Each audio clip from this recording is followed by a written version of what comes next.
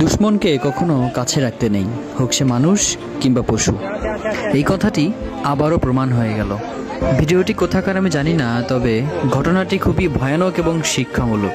ভিডিওটি শেষ না করে যাবেন না, পুরো ভিডিওটি দেখার চেষ্টা করুন। শত্রু প্রথমে চুপচাপ থাকে, নিরীহের মুখোশ পরে, যেন কোনো ক্ষতি করবে না।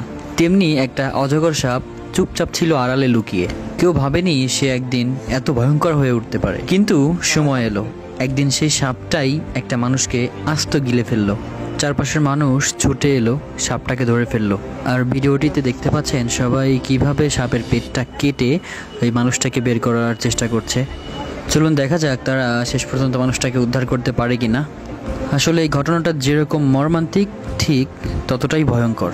কারণ একটা মানুষকে একটা অজগর সাপ পেঁচিয়ে ধরে তারপর গিলে ফেলছে। একটু বিষয়টা বুঝতে পারছেন কতটা ভয়ানক একটা ব্যাপার। এই যে অবশেষে পেটটা কাটা হয়েছে এবং এই যে দেখেন মানুষটাকে বের করার চেষ্টা করা হচ্ছে, কিন্তু আমার মনে হয় না এই লোকটা বেঁচে আছে। ততক্ষণে অনেক দেরি হয়ে গেছে, নিঃশেষ হয়ে গেছে তার প্রাণ।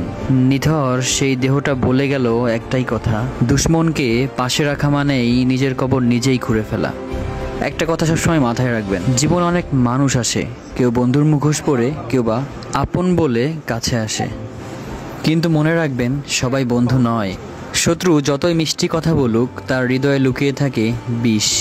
সুযোগ পেলে সবল মারতে সে এক মুহূর্ত দেরি করবে না। তাই শিখে রাখবেন, শত্রু দূরে থাকলেই ভালো। কারণ দুনিয়ার সবচাইতে বড় বিশ্বাসঘাতকতা আসে সেই মুখ থেকে যাকে আমরা সবচাইতে বেশি আপন ভেবেছিলাম। সাপের পেটে সেই মানুষটি ফিরে পেল না জীবন।